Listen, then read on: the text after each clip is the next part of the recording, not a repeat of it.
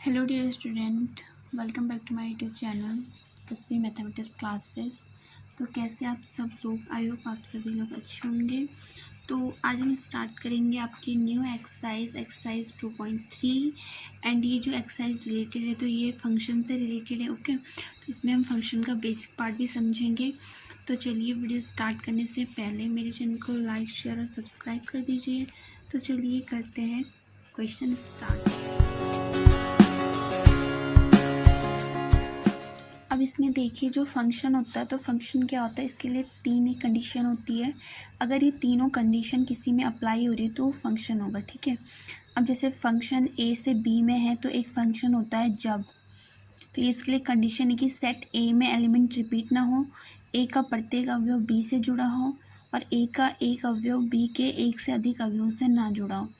तो इसका मतलब क्या है, अगर कोई सेट ए है, क्योंकि ए से बी में ये फंक्शन होगा तो दो सेट इसके लिए होंगे ए और बी।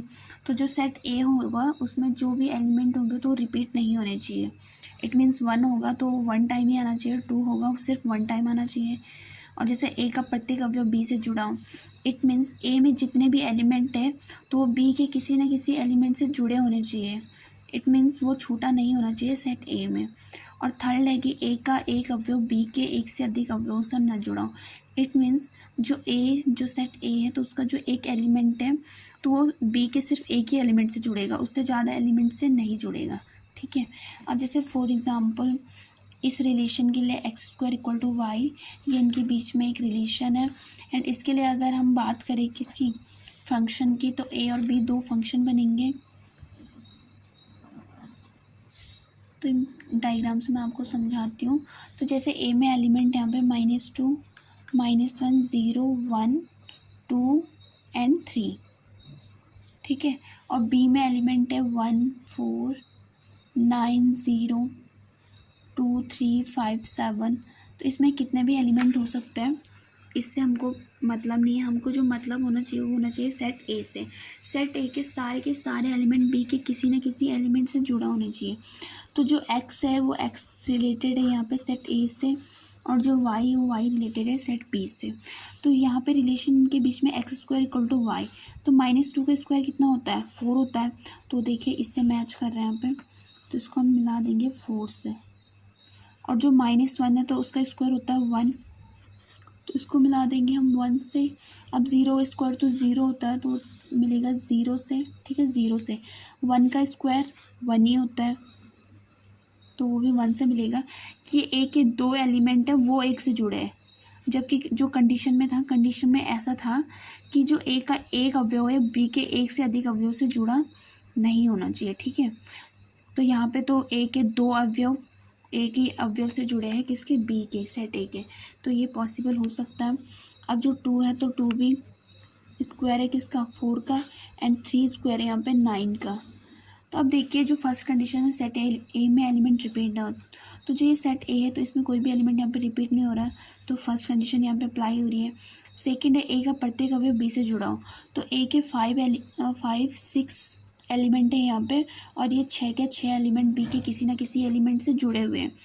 और थर्ड कंडीशन यहाँ पे है कि जो ए का एक अवयव है वो बी के एक से अधिक अवयवों से नहीं जुड़ा होना चाहिए। तो देखिए जो यहाँ पे जैसे ए -2 है तो वो 4 से जुड़ा है, 2 है वो 4 से जुड़ा है, तो ये दो अलग अलग अवयव है, एक ही अवयव नहीं है। इसको हम तब मानते हैं अगर -2 यहाँ पे 4 से भी जुड़ा होता और 9 से भी जुड़ा होता, तब यहाँ पे ये कंडीशन अप्लाई नहीं होती थी। लेकिन यहाँ पे अभी ये तीनों की तीनों कंडीशन यहाँ पे अप्लाई हो रही है, तो इसलिए हम इसको यहाँ पे लिख सकते हैं कि जो फंक्शन है वो A to B में एक फंक्शन है, क्योंकि इसमें जो फलन, इट मीन्स फंक्शन की सारी कंडीशन अप्लाई हो रही है। इसमें फंक्शन की कंडीशन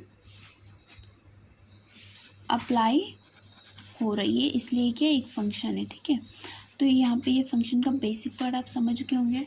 अब करते हैं हम इसके क्वेश्चन। ओके, अब देखिए जो यहाँ पे क्वेश्चन नंबर 1 है तो उसका जो फर्स्ट पार्ट है इसमें हमारे पास एक रिलेशन गिवन है। ठीक है, एंड हमको इसमें पूछ रखा है कि क्या ये रिलेशन एक फंक्शन है, और अगर फंक्शन है तो हमें क्या निकालना है, उसकी रेंज निकालनी है। तो देखिए जैसे यहाँ पे जो ये रिलेशन है, क्योंकि यहाँ पे इस रिलेशन में सारी की सारी फंक्शन की कंडीशन अप्लाई हो रही है। अब जैसे ये फर्स्ट वाला है तो इसको हम मान सकते हैं सेट ए के एलिमेंट। तो जो सेट ए में एलिमेंट है तो कोई भी एलिमेंट रिपीट नहीं हो रहा, और जो ये सारे के सारे एलिमेंट है तो एक ही एलिमेंट से जुड़े हुए 1 से, ठीक है। जो फर्स्ट वाला है जैसे 2, 5, 8, 11, 14, 17, इनको हम मान सकते हैं सेट ए के एलिमेंट, और जो 1 है तो उसको मान सकते हैं हम बी के एलिमेंट। तो देखिए ये कोई भी एलिमेंट यहाँ पे रिपीट नहीं हो रहा है। एंड सेकंड है कि इसकी जो ये सारे के सारे एलिमेंट है तो 1 से कनेक्टेड है। इट मीन्स कोई भी एलिमेंट छूटा हुआ नहीं है, ठीक है। और जो ए के अलग अलग एलिमेंट है वो ए के एलिमेंट से कनेक्ट है बी के, न कि ए के 2 एलिमेंट या 2 से ज़्यादा एलिमेंट कनेक्ट है बी के किसी भी अवयव से, ठीक है। तो इसलिए क्योंकि इसमें तो इसके लिए जो हम रीज़न देंगे वो देंगे हम, यह संबंध एक फलन है क्योंकि इसमें फलन होने की तीनों कंडीशन अप्लाई हो रही है, क्योंकि इसमें फलन होने की तीनों कंडीशन अप्लाई हो रही है, ठीक है। और वो मैंने बता दिया आपको कि कैसे कैसे यहाँ पे अप्लाई हो रही है। और अब क्या लिखना है हमको, इसका रेंज लिखना है। रेंज को बोलते हैं परिसर। तो जो रेंज होता है वो इसमें कौन सा होता है, जो ये दूसरा एलिमेंट होता है। इससे प्रीवियस जो एक्सरसाइज मैंने पढ़ाई है आपको, उसमें मैंने आपको बताया पूरा। तो ये जो दूसरे एलिमेंट है यहाँ पे जैसे 1, 1, 1 सब में 1 ही है, तो इसको बोलते हैं रेंज। और अगर पूछा होता है हमको डोमेन निकालिए, तो इसके जो फर्स्ट एलिमेंट है जैसे 2, 5, 8, 11, तो ये इसके हो जाते हैं डोमेन। लेकिन हमको यहाँ पे सिर्फ पूछी हुई है रेंज। एंड इसका जो सेकेंड पार्ट है तो उसमें जो हमारे पास रिलेशन दिया हुआ है 2, 1, 4, 2, 6, 3, 8, 4, 10, 5, 12, 6 एंड 14, 7। तो इस रिलेशन को समझने के लिए हम इसे डायग्राम से भी समझ सकते हैं। कैसे, देखिए जैसे एक डायग्राम यहाँ पे बना दिया और एक यहाँ पे बना दिया। एक सपोज है सेट ए के लिए और एक बी के लिए। तो इनके जो फर्स्ट एलिमेंट है तो ये सब सेट ए में जाएंगे, जैसे 2, 4, 6, 8, 10, 12 एंड 14। और जो दूसरे एलिमेंट है तो 1, 2, 3, 4, 1, 2, 3, 4, 5, 6, 7 ये जाएंगे सेट बी में। अब देखिए 2 जुड़ा हुआ है यहाँ पे 1 से, 4 जुड़ा हुआ है 2 से, 6 कनेक्टेड है 3 से, 8 4 से, 10 5 से, 12 6 से, एंड ये यहाँ पे लिखना था वैसे। और जो 14 है तो वो कनेक्टेड है 7 से। तो अब देखिए हमें बताना है कि ये फंक्शन है या नहीं है। तो देखिए सेट ए में कोई भी एलिमेंट यहाँ पे रिपीटेड नहीं है। एंड सेकंड कंडीशन है कि जो ए के एलिमेंट है वो कोई भी, ये सारे के सारे एलिमेंट बी के किसी न किसी एलिमेंट से जुड़े हुए, इट मीन्स कोई भी एलिमेंट छूटा हुआ नहीं है, ठीक है। और थर्ड जो कंडीशन है कि ए का एक अवयव बी के एक ही अवयव से जुड़ा है, उससे ज़्यादा अवयवों से ए के जो अवयव है उससे ज़्यादा अवयव से बी से नहीं जुड़े हुए। तो यहाँ पे जो फंक्शन की जो कंडीशन है वो क्या है, तीनों की तीनों अप्लाई हो रही हैं। तो इसलिए ये क्या है, यही रीज़न हम ऊपर का लिखेंगे यहाँ पे कि यह संबंध एक फलन है क्योंकि इसमें फलन होने की तीनों कंडीशन अप्लाई हो रही है। अब इसका भी हमने लिखना है रेंज। तो रेंज होता है दूसरा वाला नंबर, जैसे ये 1, 2 दूसरे वाले एलिमेंट है यहाँ पे, तो आ जाएंगे यहाँ पे रेंज में, ठीक है। और जो फर्स्ट वाला है तो वो डोमेन में आएंगे। अब इसका जो थर्ड पार्ट है, तो थर्ड पार्ट है इसका, इसमें रिलेशन है हमारे पास 1, 3, 1, 5, 2, 5। इसे भी आप डायग्राम से समझिए क्योंकि डायग्राम से समझना बहुत ईजी होता है क्वेश्चन। तो इसमें फर्स्ट एलिमेंट है 1, 1, 2, तो ये 1, 1, 2 एंड बी जो सेट है तो उसमें एलिमेंट है 3, 5, 5। तो अब देखिए जो फर्स्ट कंडीशन होती है हमारे पास कि सेट ए में एलिमेंट रिपीट नहीं होने चाहिए। तो अब आप यहाँ पे देख सकते हैं कि जो ये सेट ए है तो इसमें तो 1 एलिमेंट 2 बार रिपीट हो रहा है, तो इसलिए यहाँ पे जो फर्स्ट कंडीशन ही अप्लाई नहीं होगी तो उसके बाद 2 कंडीशन अप्लाई होके भी कोई फ़ायदा नहीं है, क्योंकि कोई रिलेशन तभी एक फंक्शन कहलाएगा अगर उसमें तीनों की तीनों कंडीशन अप्लाई हो रही है, अदरवाइज़ वो एक फंक्शन नहीं है। तो यहाँ पे हम लिखेंगे कि नहीं, यह संबंध एक फलन नहीं है, यह संबंध एक फलन नहीं है क्योंकि जो सेट ए है, रीज़न भी देना है हमको, क्योंकि सेट ए में एलिमेंट रिपीट हो रहे हैं, सेट ए में एलिमेंट रिपीट हो रहे हैं ठीक है। और जैसे ये कनेक्टेड 1 कनेक्टेड है 3 से, फिर ये वाला कनेक्टेड है 5 से, और 2 कनेक्टेड है 5 से, और ए के जो 2 एलिमेंट है वो क्या है, बी के अलग अलग एलिमेंट से कनेक्टेड है, बी के 2 एलिमेंट से कनेक्टेड है, तो इसलिए क्या है, ये एक फंक्शन नहीं है। ठीक है, तो यहाँ पे क्वेश्चन नंबर 1 तो हो गया आपका यहाँ पे सॉल्व। ओके, अब देखिए स्टूडेंट, जो आपका क्वेश्चन नंबर 2 है यहाँ पे, तो इसमें क्या करना है, हमको 2 पार्ट दिए हुए हैं, क्वेश्चन फर्स्ट और क्वेश्चन सेकंड इसका, एंड जो फंक्शन है तो हमें इनके निकालने हैं डोमेन एंड रेंज। ठीक है, सिर्फ डोमेन और रेंज ही फाइंड करना है। तो अब देखिए जो फर्स्ट पार्ट है इसका, तो इसमें जो फंक्शन दिया हुआ है f(x) इक्वल टू है माइनस मोड x। ठीक है, एक तो सिंपल मोड x होता है, और लेकिन यहाँ पे दिया हुआ है हमारे पास माइनस मोड x। तो अब देखिए, पहले हम सिंपल मोड x के बारे में समझते हैं, देन हम माइनस मोड x के बारे में समझेंगे।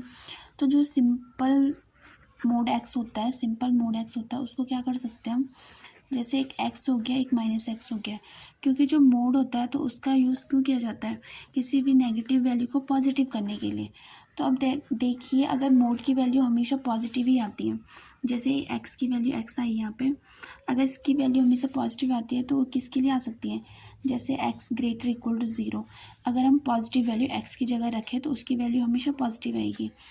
लेकिन अगर x लेस देन 0, लेकिन अगर 0 से less, it means negative value हम x की जगह रखें, जैसे -1 -2, तो उस मोड की वैल्यू हमेशा क्या आएगी, नेगेटिव ही आएगी। ठीक है, तो ये तो हो गया यहाँ पे मोड x का मीनिंग। अब क्योंकि हमको इसका निकालना है डोमेन एंड रेंज, तो डोमेन मतलब कि हम x की जगह क्या रख सकते हैं, क्या इनपुट दे सकते हैं, एंड जो रेंज हो गया तो हमें क्या आउटपुट वहाँ से मिल सकता है। एंड अब जो माइनस मोड x है, तो इसमें थोड़ा सा चेंज हो जाएगा, कैसे हो जाएगा, तो देखिए जब x ग्रेटर इक्वल टू 0 के लिए हम रखेंगे और एक x लेस देन 0 के लिए, तो फिर हमको देखना है कि यहाँ पे x आएगा या फिर माइनस x आएगा, और यहाँ पे क्या आएगा। x ग्रेटर इक्वल टू 0 का मीन्स हो गया पॉजिटिव के लिए, अगर x की जगह 1 2 रखते हैं हम, तो मोड तो उसको पॉजिटिव करके ही देगा क्योंकि वो ऑलरेडी पॉजिटिव है, लेकिन जो बाहर से उसका साइन है नेगेटिव वाला, वो उसको क्या कर लेगा, पॉजिटिव वैल्यू को नेगेटिव कर लेगा, तो इसलिए जो ये x आएगा यहाँ पे माइनस x आ जाएगा, जबकि जो ऊपर मोड x में था वो प्लस x था। और वहीं जैसे ही x लेस देन 0 है, तो इसका मतलब हो गया, अगर हम x की जगह नेगेटिव वैल्यू रखें, जैसे -1 -2 -3, ठीक है, तो फिर वो क्या हो जाएगा, माइनस माइनस का प्लस हो जाएगा, क्योंकि अगर हम x की जगह क्या रखें, माइनस वैल्यू रखें, तो माइनस माइनस को जाता है प्लस। तो इसलिए अगर x लेस देन 0 होगा, इट मीन्स हमें x की जगह नेगेटिव वैल्यू रखनी है, तो उसका जो आउटपुट हमको मिलेगा वो क्या मिलेगा, पॉजिटिव में। बिल्कुल मोड x के रिवर्स में ये हो चुका है अब। ठीक है, तो हमें लिखना है इसका डोमेन एंड रेंज। डोमेन हो गया प्रांत एंड रेंज हो गया परिसर। तो डोमेन का मीन्स हो गया कि हम इसकी जगह क्या से क्या तक वैल्यू रख सकते हैं, और रेंज इट मीन्स हमको क्या आउटपुट वहाँ से मिलेगा। तो अभी देखिए, जो ये होता है, मैंने आपको ये सेट वाले चैप्टर में बताया था, इसको बोलते हैं क्लोज ब्रैकेट। ठीक है, तो अगर हम x की जगह क्या रख दें, क्योंकि हमें यहाँ पे कोई लिमिट नहीं दी हुई है कि x ग्रेटर इक्वल टू 0 या लेस देन 0। ठीक है, तो हम x की जगह इन्फिनाइट कुछ भी रख सकते हैं। तो अगर हम x की जगह रखें यहाँ पे इन्फिनाइट से रखते हैं, क्योंकि माइनस में जो इन्फिनाइट होगा तो कितना भी नंबर हो सकता है, जैसे -1 -2 हो गया। लेकिन इन्फिनाइट की अगर बात करें तो हम यहाँ पे माइनस इन्फिनाइट से प्लस इन्फिनाइट तक रख सकते हैं, और जो हमें इसको रख के जो रेंज मिलेगी इसका, इट मीन्स जो इसका आउटपुट मिलेगा, तो वो हमको क्या मिलेगा, अगर हम माइनस इन्फिनाइट रखते हैं तो माइनस का मतलब हो गया माइनस में ही जो रखना है हमको, तो इसलिए जो इसकी रेंज मिलेगी हमको तो वो भी माइनस में ही मिलेगी, इसका जो इन्फिनाइट है। और अगर इन्फिनाइट रखेंगे तो इसका जो रेंज आएगी तो क्या आ जाएगी, 0 आ जाएगी यहाँ पे। ठीक है, तो ये आ गई इसकी डोमेन एंड रेंज। अब करेंगे इसका पार्ट 2। अब देखिए स्टूडेंट, जो ये आपका ये डोमेन निकल के आया था यहाँ पे, तो इसको क्योंकि माइनस इन्फिनाइट से लेके यहाँ पे प्लस इन्फिनाइट तक है, और ये पूरे रियल नंबर के लिए, तो इसको इक्वल टू हम रियल नंबर भी लिख सकते हैं, क्योंकि यहाँ पे कुछ भी आ सकता है, माइनस इन्फिनाइट की जगह भी और प्लस इन्फिनाइट की जगह भी। ठीक है, और रेंज में तो यहाँ पे माइनस इन्फिनाइट से जो पहले ब्रैकेट यूज़ हुआ है, क्लोज ब्रैकेट यूज़ हुआ है, जिसका मीनिंग होता है कि यहाँ पे माइनस इन्फिनाइट में अगर कोई नंबर होगा तो वो भी ऐड होता है। अब यहाँ पे या तो फिर माइनस, यहाँ पे ओपन इंटरवल यूज़ हो या फिर क्लोज इंटरवल, दोनों का मतलब एक ही होगा, क्योंकि जैसे है तो ये इन्फिनाइटी नंबर, तो इन्फिनाइट की जगह कुछ भी हो सकता है, माइनस इन्फिनिटी यहाँ पे, तो इन्फिनाइट की जगह यहाँ पे कुछ भी हो सकता है, कोई भी नंबर हो सकता है और वो ऐड हो। ओके, तो उस ऐड होने के लिए यहाँ पे कौन सा ब्रैकेट यूज़ हुआ है, यहाँ पे ओपन इंटरवल। ठीक है, तो अब इसका जो सेकंड क्वेश्चन है इसका, तो इसमें जो फंक्शन दिया हुआ हमारे पास वो दिया है √9 - x² हो, एक्स बिलोंग है यहाँ पे रियल नंबर के लिए। इट मीन्स ये पूरा जो फंक्शन है यहाँ पे रियल नंबर वास्तविक संख्याओं के लिए है। तो चलिए करते हैं इसको सॉल्व कि इसके डोमेन और रेंज क्या आएंगे। तो सबसे पहले करेंगे f(x) के वास्तविक मानों के लिए, क्योंकि हम इसको रियल नंबर के लिए सॉल्व कर रहे हैं, वास्तविक मान के लिए। तो जो ये √9 - x² है वास्तविक मान के लिए, तो यहाँ पे ग्रेटर इक्वल टू 0 जाएगा। सबसे पहले हम इसको लेंगे पॉजिटिव वैल्यू के लिए। ठीक है, अब क्योंकि ये अंडर रूट है, और अगर हम 0 का भी यहाँ पे स्क्वायर कर दें, ठीक है, तो ये स्क्वायर से ये अंडर रूट कैंसिल हो जाएगा और 9 - x² ग्रेटर इक्वल टू आ जाएगा यहाँ पे 0। ठीक है, अब अगर हम इसको सॉल्व करें तो -x² इधर आके +x² हो सकता है, और दोनों जगह का अगर हम अंडर रूट निकाल लें यहाँ पे से, तो ये तो x हो जाएगा। ठीक है, और ये हो जाएगा +-3, क्योंकि 3 का ये अंडर रूट होता है, 3 का स्क्वायर होता है, उल्टा जो 9 अंडर रूट होगा वो होगा 3 का। लेकिन यहाँ पे दोनों साइन यूज़ होता है इसको अंडर रूट खोलते वक्त, प्लस का भी और माइनस का भी। इसलिए इस फंक्शन का जो यहाँ पे डोमेन होगा, डोमेन का मतलब हो गया कि हम क्या इनपुट यहाँ पे दे सकते हैं, क्या वैल्यू हम यहाँ पे रख सकते हैं। ठीक है, तो वो क्या हो गया यहाँ पे कि जो x है, तो x की जगह हम या तो फिर -3 भी रख सकते हैं, क्योंकि वो इक्वल भी है इसमें, और या फिर -3 से बड़ा नंबर भी रख सकते हैं, एंड 3 भी रख सकते हैं, और 3 से छोटा नंबर भी। 3 से बड़ा नंबर हम यहाँ पे नहीं रख सकते, क्योंकि जो ये x है यहाँ पे ग्रेटर इक्वल टू है +-3 के। इट मीन्स वो -3 से बड़ा हो सकता है, और 3 से छोटा होना चाहिए, और 3 से बड़ा वो नहीं हो सकता है। ठीक है, तो ये तो हो गया इसका यहाँ पर डोमेन, एंड इसको हम लिख सकते हैं ऐसे में x बिलोंग, अगर हम इंटरवल की बात करें तो क्लोज इंटरवल में लिख सकते हैं -3 से 3 तक की इसकी वैल्यू आएगी, वो भी किसके लिए, एक रियल नंबर के लिए। अगर आप चाहे तो इस पर भी समझ सकते हैं, जैसे कि ग्राफ हो गया, यहाँ पे 0 पॉइंट हो गया, एंड यहाँ पे -3 हो गया, एंड यहाँ पे 3 हो गया। तो जो डोमेन का मीनिंग होता है, तो यहाँ पे क्योंकि ये -3 से 3 तक, इट मीन्स ये -3 से 3 तक ही हम क्या रख सकते हैं इसमें, यहाँ से लेके यहाँ तक हम वैल्यू रख सकते हैं इसमें किसी भी रियल नंबर के लिए, क्योंकि -3 के बीच में यहाँ पे -2 भी आता है, -1 भी आता है, 1 भी आता है, 2 भी आता है, एंड इनके बीच में भी 0 से 1 के बीच में भी बहुत सारे नंबर आते हैं फ्रैक्शन में, पॉइंट में। ठीक है, तो वो सब हम इनके बीच में रख सकते हैं, लेकिन अभी हम सिर्फ ये देखेंगे कि -3 से 3 तक रख सकते हैं। और जो इंटरवल का मीनिंग है यहाँ पे, क्लोज इंटरवल का, तो उसका मीनिंग है यहाँ पे कि जो -3 और 3 है तो वो भी इसमें यहाँ से ऐड होंगे। ठीक है, और अब इसका जो रेंज आएगी, तो रेंज क्या आएगी फंक्शन की, क्योंकि डोमेन ही डिसाइड करता है, तो अब ये आ जाएगी क्लोज इंटरवल में। तो अगर हम -3 अगर अपने फंक्शन में रखें तो इसको सॉल्व करके कितना आ जाएगा, यहाँ पे 0 आ रहा है, तो इसकी जो फर्स्ट रेंज आएगी वो आएगी 0 से 3 तक।